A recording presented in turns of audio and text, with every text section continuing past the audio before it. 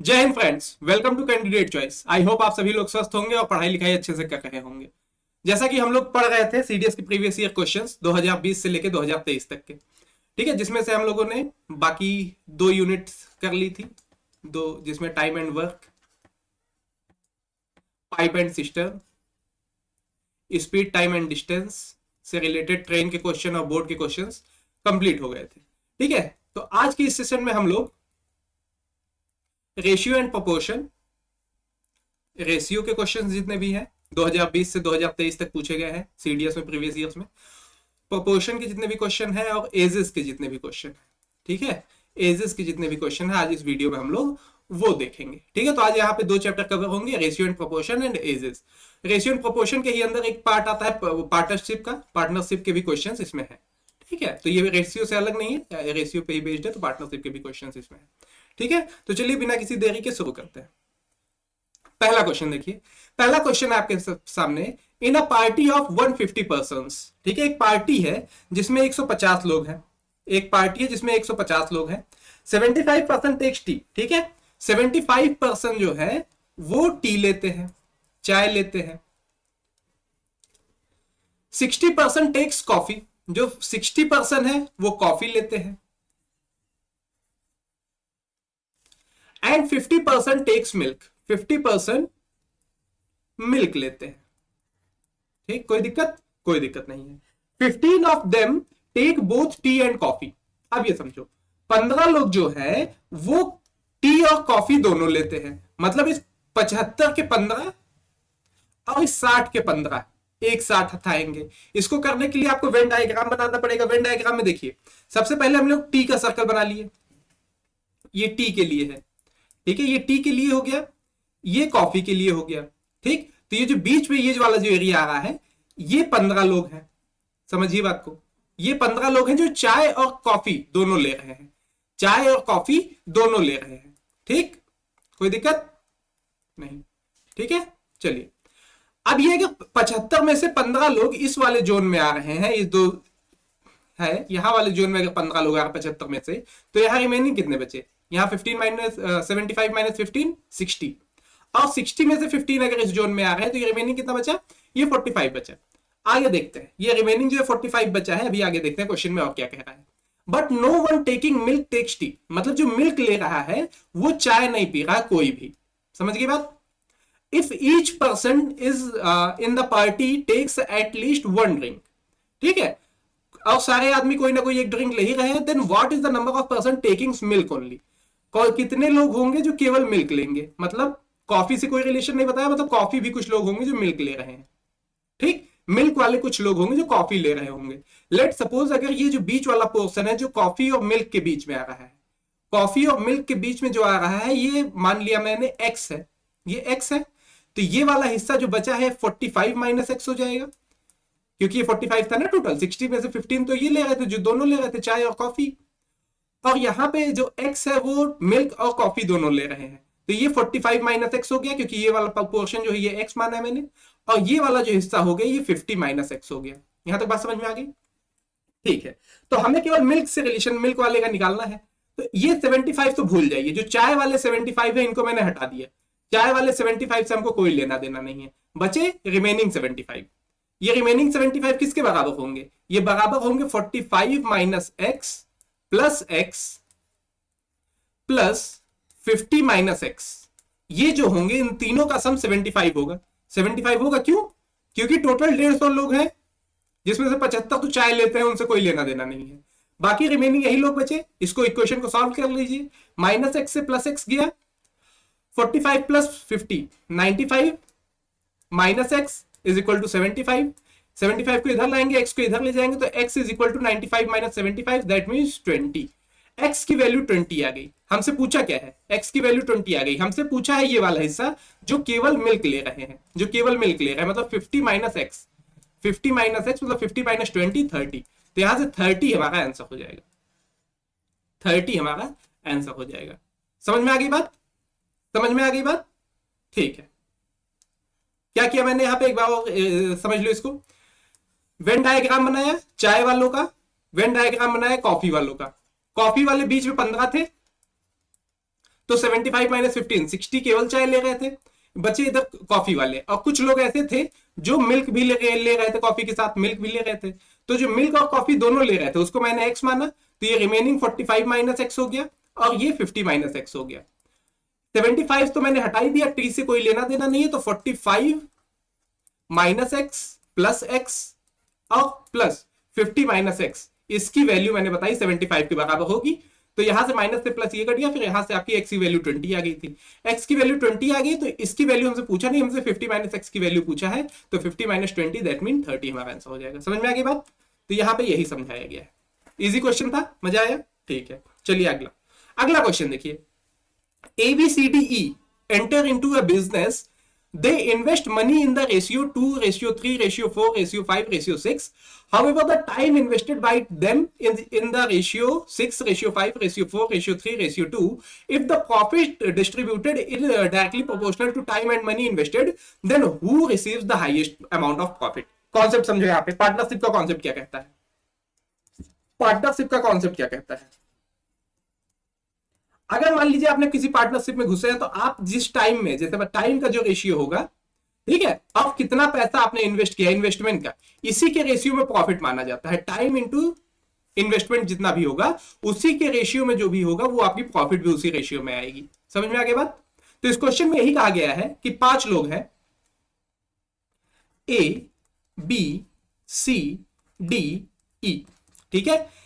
इन्होंने इन्वेस्ट किया मनी कितना इन्वेस्ट किया, इन्वेस्टमेंट इनका कितना है, किस रेशियो में है, 2, रेशियो 3, रेशियो 4, रेशियो 5, रेशियो 6, ठीक है। तो इन्होंने कितने टाइम के लिए किया, हाँ, टाइम का रेशियो क्या है, वो है 6, रेशियो 5, रेशियो 4, रेशियो 3, रेशियो 2। अगर इन दोनों का मैं मल्टीप्लाई कर देता हूं, जैसा मैंने आपको बताया कि प्रॉफिट भी इसी के मल्टीप्लीकेशन के रेशियो में होगा, तो 6 2 12, 5 3 15, 4 4 16, 5 3 15 और 6 2 12। ये हमारे आगे प्रॉफिट का रेशियो, ये किस चीज का, ये प्रॉफिट का रेशियो है। पूछा क्या है, who receives the highest amount of profit? बताओ हाईएस्ट को किसको मिल रहा है? 16 सबसे हाईएस्ट है इसमें, 15 12 जो छोटे ही हैं, तो हाईएस्ट क्या है 16। 16 किसका रेशियो, सी का, तो सबसे ज्यादा किसको मिलेगा पैसा प्रॉफिट में, सी को। समझ में आ गई? तो पार्टनरशिप का बस यही कॉन्सेप्ट है कि रेशियो का जो प्रॉफिट होता है इन्वेस्टमेंट इनटू टाइम के रेशियो के ही बराबर होता है, वही उसके प्रॉफिट का रेशियो। तो यहां सीधा सीधा मैंने मल्टीप्लाई कर दिया, सबसे ज्यादा प्रॉफिट जिसका दिख रहा, तो वो हमारा आंसर हो गया। बात क्लियर? नेक्स्ट क्वेश्चन देखिए अगला क्वेश्चन क्या कह रहा है, the age of Q exceed the age of P by 3 years. देखो जो क्यू की जो एज है, देखो समझो बात को, क्यू की एज जो है वो पी से 3 ज्यादा है, मतलब पी अगर पी साल का है तो उससे 3 साल ज्यादा क्यू है। पहला स्टेटमेंट क्लियर। दूसरा स्टेटमेंट क्या कह रहा है, the age of R is twice the age of P. R जो है वो ट्वाइस ऑफ पी है, आर जो है वो 2p के बराबर है, ट्वाइस है पी की एज का। बात क्लियर है यहां तक? ठीक है। अगला स्टेटमेंट क्या कह रहा है, and the age of Q is twice the age of S. Q की एज क्या है, वो एस की ट्वाइस है, Q is equal to 2s है। ठीक, आगे क्या further the age difference of R and S, R और एस के बीच का जो डिफरेंस है आर माइनस एस, वो 30 साल है, 30 साल है। What is the sum of age of P and Q, हमें पी और क्यू की एज का डिफरेंस वो सम बताना है, पी प्लस क्यू कितना होगा। देखो यहां पे बाबू हमारे पास 4 वेरिएबल है और 4 इक्वेशन है, 4 वेरिएबल है 4 इक्वेशन। अब देखो ये क्यू p प्लस 3 के बराबर है, यहां पे q 2s के बराबर है, तो क्या मैं q को ऐसे लिख सकता हूं, p प्लस 3 की वैल्यू किसके बराबर होगी, 2s के बराबर होगी। ये मैं कह सकता हूं ना, दोनों जगह q की वैल्यू ही दी है, q q, तो इसको मैंने ऐसे लिख दिया। ठीक, समझ में आ गई बात? तो यहां से ठीक है, यहां से अगर p की वैल्यू में निकालना चाहूं तो क्या आ जाएगा, 2s माइनस 3। बात क्लियर? अब देखो ये वाला क्वेश्चन देखो, अभी इसमें r है, यहां पे इसको मैं ऐसे लिख सकता हूं, r is equal to 30 plus s लिख सकता हूं। अब यहां पे r और r कॉमन हो गए, तो मैं ऐसे लिख सकता हूं 2p is equal to 30 plus s, और यहां से p की वैल्यू आ गई 30 plus s whole divide by 2, ये आ गया। अब यहां देखो, यहां से भी p की वैल्यू आ गई, यहां से भी p की वैल्यू आ गई। अब क्या मैं ऐसे कह सकता हूं, अब 2s minus 3 is equal to 30 plus s divide by 2। बस p को मैंने अब इक्वल कर दिया। यहां से अब एक वेरिएबल हो गया मेरे पास दोनों तरफ, दोनों तरफ एक एक वेरिएबल हो गया, इधर भी एस हो गया, इधर भी एस हो गया। अब यहां से एस की वैल्यू आ जाएगी, 2 का मल्टीप्लीकेशन यहां हो जाएगा, तो ये हो जाएगा 50 -6। 2 का मल्टीप्लीकेशन होगा, इसमें भी होगा, इसमें भी होगा, ठीक है। अरे 2s है ना ये, सॉरी मैं 25 समझ गया इसको, ये 2s है। तो 2 से कट मल्टीप्लीकेशन यहां पे हुआ, तो 4s minus 6 is equal to 30 plus s। ठीक, अब एक s इधर आएगा, माइनस हो जाएगा, और 6 इधर आ जाएगा, तो 4s minus s is equal to 36। और यहां से 3s की वैल्यू आ गई 36, s की वैल्यू आ गई 12। यहां तक किसी को डाउट? कोई दिक्कत नहीं। अब जब s की एज मेरे पास आ गई 12 ईयर्स, s की वैल्यू है 12 ईयर, s की वैल्यू है 12 ईयर। q की वैल्यू निकाल सकता हूं, q is equal to 2s है, तो q यहां से कितना हो गया, q equal to 12 into 2 24। q की एज 24 है, q की एज 24 है, मतलब p प्लस 3 है, p plus 3 equal to q। यहां देखो p plus 3 equal to q, q कितना है 24, 24 में 3 चला जाएगा, तो p की एज कितनी आ गई, p की एज आ गई 21। और r कितना है, 2p है। अगर r की हमें निकालनी हो तो r is equal to 2 into 21, that mean 42। बात समझ में आ गई? हमसे पूछा क्या है, p और q पूछा है ना, तो 24 plus 21 that mean 45 years, 45 year. समझ में आ गई बात? ठीक था क्वेश्चन। तो हमारे पास 4 इक्वेशंस थे, 4 वेरिएबल्स थे, वहां से मैंने इक्वेट करके उसको एक इक्वेशन में बनाया, जिसमें से एक s की वैल्यू आ गई, s की वैल्यू आ गई तो बाकी चारों की वैल्यू हमारे पास सामने आ गया। अब इसमें से कुछ भी पूछता तो आप आसानी से बता सकते थे इसको। समझ में आ गई बात? ठीक है, चलिए नेक्स्ट क्वेश्चन देखते हैं। अगला क्वेश्चन, अगला क्वेश्चन हमसे कह रहा है there 3 glasses P Q R, 3 glasses है हमारे पास, पी क्यू आर, 3 ग्लासेस हमारे पास। कैपेसिटी कितनी है इनकी, रेशियो कितनी है, 1:2:3। All these glasses are completely filled with mixture of milk and water. Milk and water भरे हैं तीनों में। ठीक है, क्या क्या है, मिल्क है और वाटर है, तीनों में मिल्क और वाटर है, मिल्क और वाटर, मिल्क और वाटर। ये मिक्सचर के क्वेश्चन है। ठीक है, मिक्सचर एंड एलिगेशन भी आपका रेशियो का ही पार्ट है, तो ये मैंने इसी में इसके क्वेश्चन रख लिए हैं। क्या कहा है, the ratio of milk and to water, P में कितना है 1:2, पी में मिल्क और वाटर का रेशियो 1:2। क्यू में कितना है, क्यू में 2:3 है, आर में 3:1 है, आर में 3:1 है। If the content of all 3 glasses are put into a bigger container, ठीक है, एक बड़े बर्तन में इन सारे को पलट दिया जाता है, तो what will be the ratio of milk to water in the container, तो उसका क्या हो जाएगा रेशियो। ठीक है, क्या हो जाएगा, देखो अब ऐसे क्वेश्चन में क्या करना है, सबसे पहले तो हमें यहां पे याद देखो इन दोनों का सम कितना है 3, 1 + 2 3 और 2 + 3 5 और 3 + 1 4। ठीक है, अगर मुझे इस रेशियो में डिवाइड करना है 1 2 2 3 और 3 4, तो हमें इन तीनों का एलसीएम लेना होगा। ठीक है, इन तीनों का एलसीएम हम लोग अगर लेंगे तो कितना आ जाएगा 60 आ जाएगा।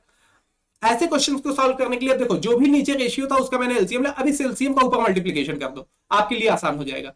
ऊपर मल्टीप्लाई करेंगे तो पी क्यू आर का रेशियो, जो पी क्यू आर के कंटेनर में जो आ जाएगा क्वांटिटी, वो हम लोग सपोज कर लेते हैं 60 का मल्टीप्लाई करेंगे तो 60 का 2 में करेंगे तो 120 और 3 में करेंगे तो 180। अब आपके लिए चीज आसान हो गई। अब इसको 1:2 में अगर डिवाइड करें, अगर ये 3 था, 3 की वैल्यू 60 के बराबर है, तो 1 की वैल्यू 20 के बराबर होगी, तो 1:2 में अगर इसको मुझे डिवाइड करना हुआ तो 20:40 हो जाएगा।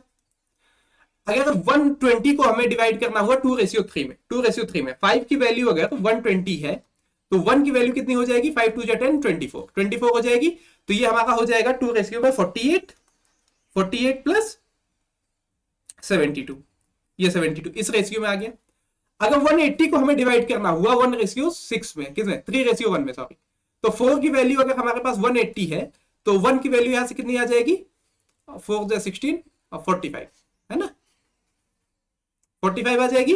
तो ये आ जाएगा आपके पास 135 अगर 3 में डिवाइड करते हैं और 1 में मतलब 45, ये आ जाएगी। अब इन तीनों का मान लिया मैंने, पहले में 60 लीटर था, दूसरे में 120 लीटर था, तीसरे में 180 लीटर था, और इनको ये मिल्क है, ये मिल्क है, ये मिल्क है, तो मिल्क को ऐड कर लो। मिल्क को ऐड किया तो आ गया 135 प्लस 72 प्लस 20, तो मिल्क टोटल आ गया आपके पास 135 प्लस 20 हो गया आपका 155, 155 प्लस 72, ये हो गया आपका 203। 203 मिल्क कितना आ गया? मिल्क आपके पास आ गया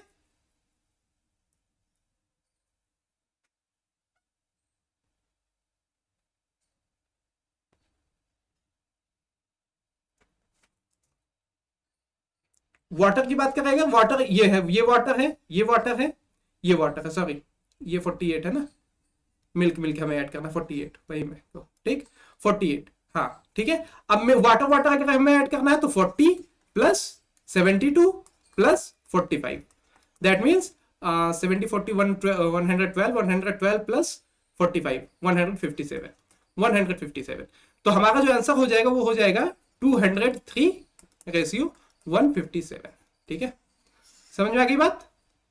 ऑप्शन नंबर बी हमारा ये सही हो जाएगा। ठीक है, तो मिल्क मिल्क, ये मिल्क था, ये मिल्क था, ये मिल्क था, मिल्क को हमने ऐड किया तो 203 और वाटर वाटर को ऐड कर लिया तो आपका आ गया 157। समझ में आ गई बात? ठीक है, चलिए नेक्स्ट क्वेश्चन, अगला क्वेश्चन देखते हैं। Two glasses of equal volume are filled with a mixture of alcohol and water in the ratio 3:2 and 4:1। देखो इक्वल वॉल्यूम की बात करी जा रही है। दो ग्लास है, मान लो दो ग्लासेस है मेरे पास, वॉल्यूम दोनों का सेम है। इसमें है 3:2 में क्या है? ये अल्कोहल है और वाटर है। पीना नहीं है, क्वेश्चन लगा लो, पीना मत हुआ। ठीक है, ये कितना है? 4:1। इक्वल वॉल्यूम है मतलब दोनों में रेशियो सेम होना चाहिए था, तो 3 + 2 5, 4 + 1 5, दोनों में 5 5 है। मतलब हमारे लिए क्वेश्चन काफी इजी हो गया। अगर यहाँ पे रेशियो अलग अलग होते तो हम मल्टीप्लाई करके वॉल्यूम दोनों का सेम करते, सेम रेशियो में करते। ठीक है, समझ गए बात को?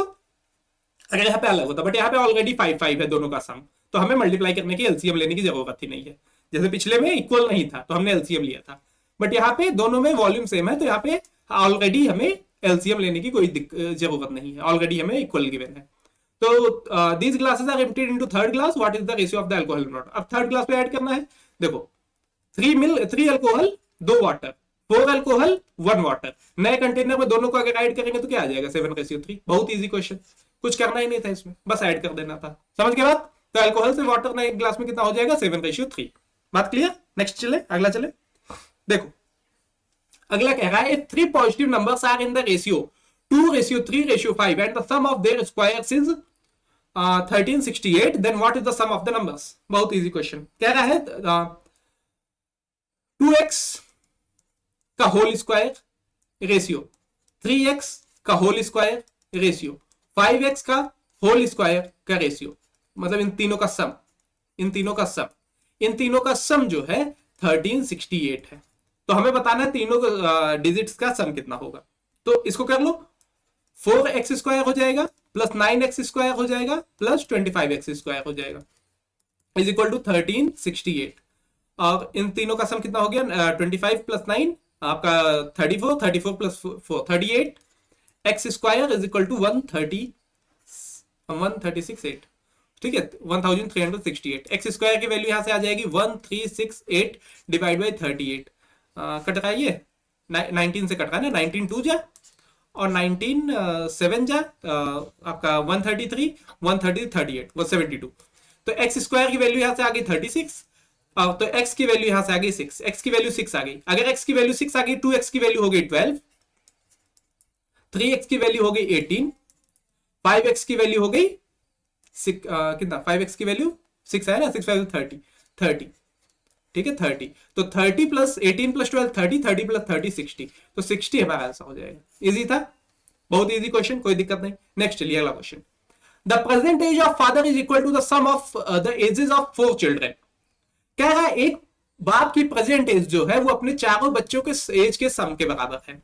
फॉर एग्जाम्पल समझो, अगर पहला लड़के का नाम है W, दूसरे का नाम है X, तीसरे का नाम है Y और चौथे का नाम है Z, इन चारों के एज का जो सम है वो फादर के सम एज के बराबर है।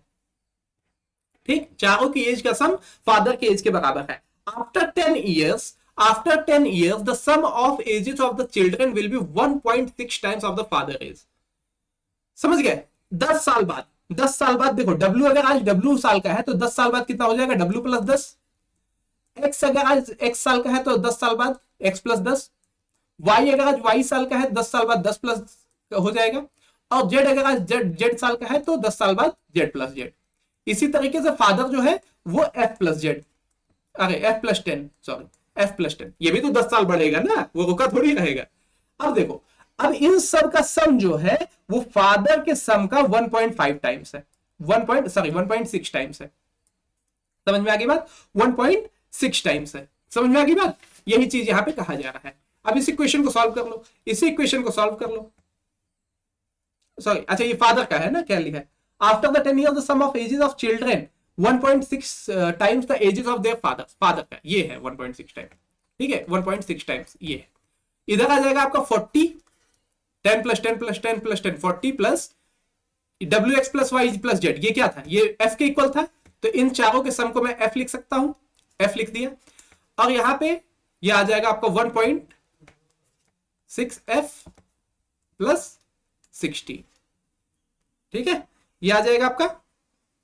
अब 16 इधर आ जाएगा, तो ये 40 माइनस 16 होगा आपका 24, 24 is equal to 1.6 minus 1 F, तो ये आ जाएगा 0.6 एफ, 0.6 एफ, 0.6 इसके नीचे आएगा, 10 से मल्टीप्लाई कर देंगे डेसिमल हटाने के लिए ऊपर नीचे, तो ये हो जाएगा 240 डिवाइड बाई 6, और 6 से डिवाइड करेंगे तो 40, तो ये आपका 40 हमारा ईयर्स आंसर हो जाएगा। समझ में आ गई बात? कोई दिक्कत? कोई दिक्कत नहीं, ठीक। तो यहाँ पर कहा गया था कि 4 बच्चों का एज का सम उसके फादर के सम के बराबर, प्रेजेंट एज पूछा था, तो प्रेजेंट एज एफ थी, एफ की वैल्यू हमारे पास 40 आ गई, तो 40 ईयर्स हमारा आंसर हो जाएगा। बात क्लियर? नेक्स्ट क्वेश्चन पे चले, चलिए अगला क्वेश्चन देखिए क्या कह रहा है। In a mixture of 80 litres of liquid and water, mixture है कोई 80 लीटर का मिक्सचर है, 80 लीटर का, जिसमें 25% आपका मिक्सचर है in the liquid, how much water should be added to the mixture so that the liquid becomes 20% of the mixture? ठीक है, 80% में कह रहा है कि 25% जो है वो लिक्विड है, बाकी वाटर, लिक्विड और वाटर है कोई, तो 25% का मतलब क्या है? 25% का मतलब है 1/4, 25% का मतलब है 1/4, ठीक है। 25% को 1/4 कैसे कहोगे? 25 डिवाइड बाई 100, तो ये 25 से 1/4, 80 का 1/4 कितना हो जाएगा? 80 का 1/4 20, तो 20 25%, ठीक है, और रिमेनिंग कितना होगा? वाटर है 60, तो लिक्विड और वाटर किस रेशियो में होगा? 20 और 60 के बीच में।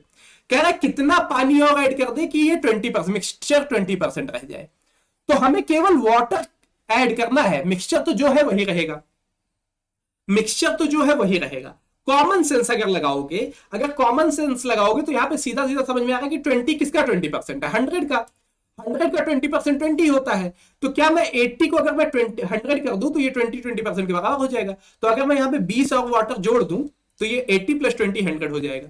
एक तो तरीका ये हो गया, तो हमें 20 लीटर पानी ऐड करना होगा ताकि ये 20% हो जाए। अगर नहीं तो फिर भैया आप अपना वही नॉर्मल कर सकते हो कि 20% of 80 plus x is equal to 100, sorry 20 के बराबर हो, यही ना। कितना पानी ऐड कर दे कि 20% ऑफ x किसके बराबर हो? 20 के बराबर हो, तो यहां से आपका आ जाएगा 20/100 मल्टीप्लाइड बाई 80 प्लस x, तो 20 से 20 इधर वाला 20 कट जाएगा, इधर ये 100 आ जाएगा, तो 80 plus x is equal to 100, और 80 इधर आके माइनस होगा, तो x is equal to 20 litre पानी हमें ऐड करना पड़ेगा। तो कॉमन सेंस भी यूज कर सकते हो, नहीं तो लगाना हो तो लगा भी सकते हो, कोई दिक्कत? कोई दिक्कत नहीं। नेक्स्ट क्वेश्चन देखो, अगला क्वेश्चन क्या कह रहा है। Anna was born 4 years after her parents marriage. मान लो एक कोई पेरेंट है, उनकी शादी होती है आज, और उसके 4 साल बाद उनकी एक बेटी होती है, 4 साल बाद उनकी एक बेटी होती है, ठीक। Her mother is 3 years younger than her, उसकी जो मदर है, हर फादर, अच्छा वही मैंने 3 साल में, उसके फादर से उसकी मदर जो है 3 साल छोटी है, एंड 24 years ओल्डर देन एना, और जो बच्ची है एना, एना से वो 24 साल बड़ी है, एना से वो 24 साल बड़ी है उसकी मम्मी, ठीक। हु इज 13 years ओल्ड, चलो एना की एज भी दे दी, एना की एज दे दी 13 years, तो अगर इससे 24 साल बड़ी उसकी मदर है तो मदर की एज कितनी हो गई प्रेजेंट में? 24 प्लस 37, ठीक। और इसकी मदर जो है वो 3 साल छोटी है इसके पिता से, तो इसके पिता की एज क्या होगी? फादर की एज हो गई 40, 3 साल छोटी थी ना, ठीक है। पूछा क्या है क्वेश्चन में? At what age did Anna's father get marriage, कितने साल पहले, कितने साल के वो रहे होंगे तो उनके पापा की शादी हो गई थी। एना 13 साल की है, एना 13 साल की है, तो 40 माइनस 13 दैट मीन्स आपका हो गया 27 ना, 27। और शादी के 4 साल बाद एना हुई थी, शादी के 4 साल बाद एना हुई, तो जो 4 और माइनस कर दो दैट मीन 23 ईयर्स के रहेंगे उसके पापा, तब उसके बर्थ हुई थी एना की। समझ गए? बहुत आसान क्वेश्चन था। एना की दे ही दी थी तो बाकी हमारे लिए क्वेश्चन काफी इजी हो गया। चलिए नेक्स्ट क्वेश्चन। अगला क्वेश्चन कह रहा है महेश इज 60 ईयर ओल्ड। देखो महेश जो है वो 60 साल बुढ़ा है, ठीक है। Ram is 5 years younger to Mahesh. Ram जो है वो 5 ईयर यंगर है महेश से, मतलब ये 55 का हो गया। And 4 year elder to Raju. कौन? राम। राम राजू से 4 साल बड़ा है, ठीक है। राम ही राजू से, तो राजू कितने का हो गया? राजू हो गया 51 का। राजू 51 का होगा। Babu is the younger brother of Raju and he is 6 year younger. Babu जो है वो राजू का भाई है जो कि 6 साल और छोटा है। बाबू, तो बाबू की एज कितनी होगी? 45। सीधा सा माइनस करते जाओ बस, कोई दिक्कत नहीं है। What is the age difference between Mahesh and Babu? Mahesh और बाबू के बीच में कितनी एज डिफरेंस है? 15 साल। 15 साल। बाबू ये है, बाबू और बाबू 45 और महेश 60। 60 माइनस 45 मतलब 15 साल। 15 साल हमारा आंसर हो जाएगा। बहुत आसान क्वेश्चन, बहुत इजी क्वेश्चन। चलिए next question. The ages of 7 family members are 2, 5, 12, 18, 38, 40 and 60 years respectively. After 5 years, a new member aged X years is added. If the mean age of the family now goes up by 1.5 years, then what is the value of X? सबसे पहले इस question में कहा जा रहा है कि भैया 7 लोग हैं, 7 लोगों की एज कुछ है, अलग अलग दे रखी है। कह रहा है 5 साल बाद एक नया मेंबर आता है जिसकी एज है X years, और उसके आने से जो एवरेज एज है, ठीक है, जो मीन एज मतलब एवरेज एज, वो 1.5 ईयर्स बढ़ जा रही। तो बताओ मुझे what is the value of x. तो सबसे पहले तो अभी एवरेज एज क्या है वो निकालनी पड़ेगी। अभी एवरेज एज निकालने के लिए, एवरेज का ये याद कर लो, एवरेज निकालने के लिए एवरेज या मीन दोनों एक ही चीज है। एवरेज या मीन निकालने के sum of all observations, sum of all observations divide by number of observations, number of observation, ये याद कर लो, ठीक है। ये एवरेज और मीन निकालने का फॉर्मूला है। तो सम ऑफ ऑल ऑब्जर्वेशन यहां कितना हो जाएगा? 2 + 5 + 12 + 18 + 38 + 40 + 60 डिवाइड बाई 7। ये नॉर्मल मीन आ जाएगा पहले का। तो ये कितना हो गया? 60 + 40 100, 100 + 38 138, 138 + 30 18 + 20 30 ना, 168, 168 + 5 173, 173, 175 डिवाइड बाई 7, 175 डिवाइड बाई 7, और 7 से इसको काट दिया, 7 2 जा 14 और 7 25। तो एवरेज एज जो आ रही है पहले वो 25 आ रही है। अब 5 साल बाद, 5 साल बाद ये तो चलो हर आदमी में 5-5 साल बढ़ेगा ना, इसमें भी 5 साल बढ़ेगा, इसमें भी 5 साल, मतलब सातों में 5-5 साल बढ़ेगा। तो मतलब 7 × 5 = 35, 35 साल तो ऐसे ही बढ़ जाएगा। किनकी एज में? 175, टोटल 175, ठीक है, ये बढ़ेगा। अब प्लस एक एक्स आदमी एक्स्ट्रा आ जा रहा है, तो टोटल पहले 7 थे, अब एक और आगे एक्स्ट्रा तो 8 हो गया। इन सबका जो सम है वो 1.5 साल 1.5 ईयर से और ज्यादा हो जा रहा है एवरेज 1.5। तो 25 पहले था, 26.5 हो गया, 26.5 हो गया। इसको सॉल्व कर लो। 35 + 175 कितना हो गया?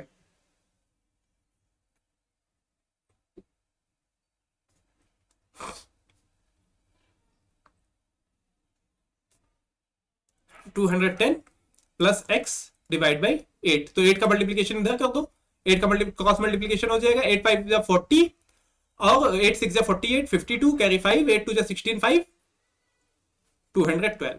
तो ये इधर आ जाएगा। 200 पॉइंट है ना, डेसिमल है, तो 212 में से 210 चला जाएगा, तो x की वैल्यू आपकी 2 आ जाएगी। x की वैल्यू कितनी आ गई? 2। तो 2 ईयर्स का है x। समझ में आ गई बात?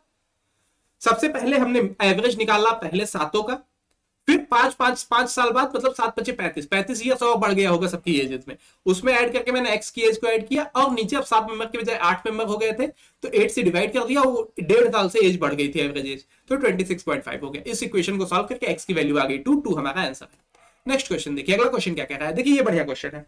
a/b = 1/3, b/c = 2, c/d = 1/2, d/e = 3, e/f = 1/4। What is the value of abc divide by def? देखो इस क्वेश्चन को करने के बथेरे तरीके हैं, बट मैं एक तरीका आपको बताता हूं कि ऐसे क्वेश्चन आप कभी भी लगाओगे आपके लिए इजी पड़ेगा कंपैरेटिवली। हो सकता है इसमें आपको वो लॉन्ग लगे, हो सकता है इसमें आपको वो लॉन्ग लगे, बट वो कॉन्सेप्ट काफी सही है, आपको बाकी छोटे क्वेश्चंस को करने में आसानी हो जाएगी। तो देखिए सबसे पहले तो हमें सबका रेशियो पता है, तो सबको हमने लाइन से लिख दिया। a/b पता है, b/c पता है, c/d पता है, d/e पता है, e/f पता है, ठीक है, e/f भी पता है, ठीक। अब देखो ए और बी की वैल्यू कितनी दी है 1:3, इसको ऐसे लिख लो, ठीक है 1:3 यहां ऐसे लिख लो, ठीक। बी और सी कितना दिया है 2, तो इसको 2/1 मान सकते हैं, 2/1 मान सकते हैं ना, तो इसको हमने लिख लिया बी और सी को 2:1। C/D कितना दिया 1/2, 1:2। डी और ई कितना दिया है 3 है, तो इसको 3/1 मान सकते हैं, तो इसको मैंने मान लिया 3:1, ठीक है। ई और एफ कितना दिया है 1:4। ये बात समझ में आ गई, यहां तक बात समझ में आ गई। अब जितने खाली स्पेसेस बचे हैं वहां उसके प्रीवियस में जो है उसको फिल कर दो। जैसे यहां पे 3 था लास्ट में, तो यहां 3 फिल कर दो, यहां 3 फिल कर दो, ठीक है, यहां 3 फिल कर दो, यहां 3 फिल कर दो, कोई दिक्कत। अब यहां पे इसके प्रीवियस में 1 है तो 1 फिल कर दो, 1 1 1। यहां पे क्या है, यहां 2 है तो यहां 2 फिल कर दो, 2 फिल कर दो। यहां क्या है 1 है तो यहां 1 फिल कर दो। इसी तरीके से उल्टा, यहां पे 2 है तो इधर 2 फिल कर दो। यहां पे लास्ट में 1 है तो 1 1 फिल कर दो। यहां पे 3 है तो 3 3 3 फिल कर दो। और यहां पे 1 है तो 1 1 फिल करते चले जाओ, ठीक है 1 1 फिल करते चले जाओ। अब इन सब का मल्टीप्लाई कर दो इक्वेशन, आपको सारी का रेशियो पता चल जाएगा। तो 3 2 6, 3 2 6, 3 18, 3 3 9, 3 3 9, 2 18, 3 2 6 और 3 2 6 2 3 2 6 2 24, 4 24। सब 3 से कट रहा है, सब 3 से कट रहा है। 2 बार में, 6 बार में, 3 बार में, ये आपका कट रहा है 3 से 6 बार में, 3 से 2 बार में, 3 से 8 बार में। अब हमें A B C divide by D E F पूछा है, तो लिख दो 2 × 3 × 6 डिवाइड बाई 6 × 2 × 8। तो 6 से 6 कट गया, 2 से 2 कट गया, तो 3/8 हमारा आंसर हो जाएगा, 3/8 हमारा आंसर हो जाएगा, 3/8 हमारा आंसर हो जाएगा। समझ आ गई बात, कोई दिक्कत।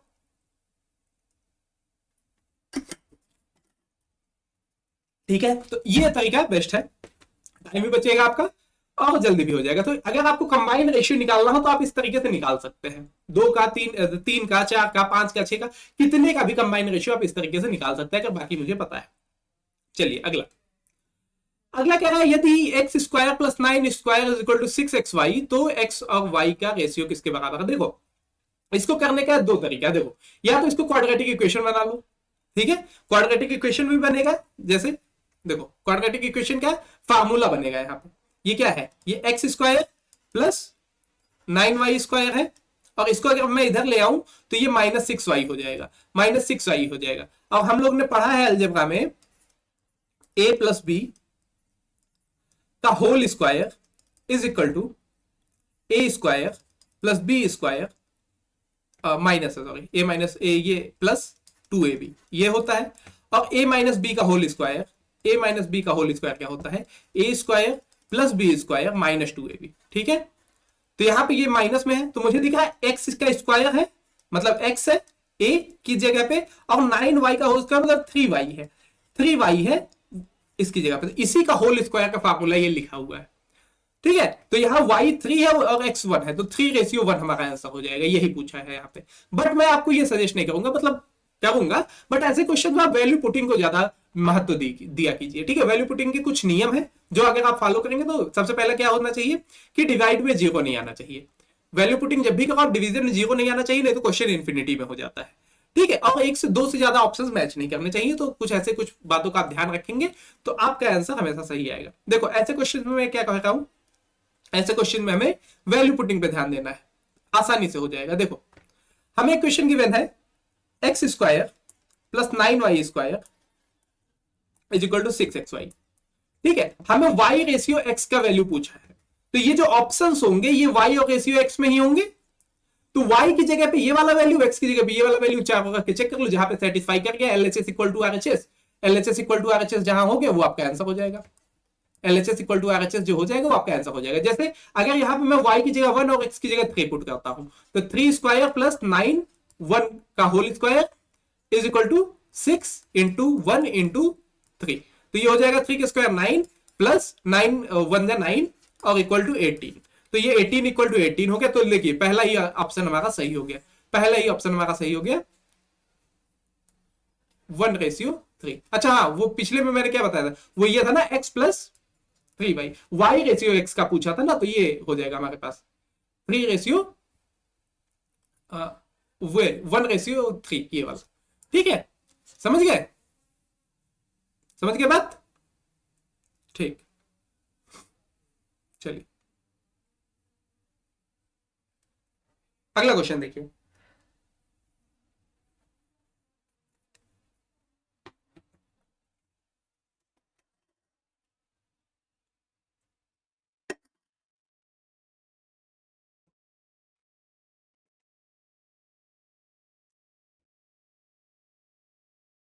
The population of two villages 1525 and 2600. If the ratio of male to female population in the first village is 27 and 34, and the ratio of male to female population is in the second village is 6:7, then what is the ratio of male and female population of these two villages? ठीक है, कोई बात नहीं, दो village है, village 1 village 2। Village 1 की population है 1525, village 2 की पॉपुलेशन है 26। यहां पे मेल और फीमेल का रेशियो दिया है, मेल और फीमेल का रेशियो हमें गिवन है 27:34, और यहां पे मेल और फीमेल का रेशियो हमें दिया है 6 और 7। ठीक है, तो यहां अगर मेल और फीमेल का, यहां 7 13, यहां पे 13 की वैल्यू हमें गिवन है 2600 के बराबर, तो 100 की वैल्यू, 1 की वैल्यू यहां से क्या आ जाएगी, 1 की वैल्यू आ जाएगी 13 से 2 बार में कट जाएगा, 1 की वैल्यू 200, 1 की वैल्यू अगर 200 है तो 6 की वैल्यू हो जाएगी 1200, 6 2 12, और 7 की वैल्यू हो जाएगी 7 2 1400। तो यहाँ पे मेल है 1200, फीमेल है 1400। ठीक है, इसी तरीके से इधर आ जाओ, विलेज 1 में आ जाओ। विलेज 1 में 34 प्लस 27 कितना होता है, 61 ना, 61 की वैल्यू हमें गिवन है 1525। तो यहां से 1 की वैल्यू आ जाएगी 16 2 122, 16 2 122, और ये 5 में कट जाना चाहिए, है ना, काट लेते हैं 25, और ये हो गया आपका 61 से काटना है, 16 2 122, तो यहाँ से आ गया आपका 0 और 3, तो 305, हाँ तो 5 बार में ये कट जाएगा 25। ठीक है, तो 1 की वैल्यू यहाँ से आ गई 25, तो 27 इंटू 25 ये आ जाएगा आपका मेल का रेशियो 27 इंटू 25, और 34 इंटू 25 ये आ जाएगा आपका फीमेल का रेशियो। 25 7 जा 175, कैरियर 17, 25 2 जा 50, तो 675 आपके आगे, ये आ गया 675 आपकी आ गई, मेल्स आ गए, और फीमेल्स कितनी हो गई, 25 4 जा 100, क्या 10, 25 3 जा 75 10, 850 आपके मेल फीमेल्स हो गई। अब हमसे पूछा क्या है कि मेल टू फीमेल का पॉपुलेशन टुगेदर, दोनों का अगर साथ में लिया जाए तो 1200 प्लस 675 ये हो गया आपका 1875 फीमेल मेल्स, 1875 मेल्स, और 14 प्लस 800 2250 आपके फीमेल्स, ये हो गया। ठीक है, तो ये 15 से कट जाएगा, 15 1 जा 15, और 15 2 जा 30, 15 125, 15 से कट जाएगा, 15 1 जा 15, और 15 5 जा 150। हाँ ठीक है, और ये अभी और कट रहा है, 5 से कटेगा, 5 2 जा 10, 5 5 जा 25, 5 3 जा 30। ठीक है, ये 5 से कट गया, 5 5 जा 5 6 जा 5:6, तो 5:6 हमारा ऑप्शन नंबर डी हमारा आंसर हो जाएगा। समझ में आया की बात? तो ये थे कुछ हमारे रेशियो एंड प्रोपोर्शन के, एजेस के और पार्टनरशिप्स के क्वेश्चन। ठीक है, जो पिछले 2020 से लेके 2023 तक 8 पेपर्स में पूछे गए। ठीक है, इसको सेग्रीगेट करके मैं आपको अलग अलग करा रहा हूं ताकि आपको एग्जाम में पता रहे कौन सा क्वेश्चन कैसे टैकल करना है, क्योंकि क्वेश्चंस रिपीट भी होते हैं और सेम पैटर्न पे क्वेश्चंस आते हैं। ठीक है, तो बाकी इसी तरीके से पढ़ते रहे, वीडियो को लाइक कर ले, बाकी अपने दोस्तों को शेयर करें, चैनल को सब्सक्राइब जरूर कर ले, इसी तरीके से पढ़ते रहे, आगे बढ़ते रहे। जय हिंद, जय भारत।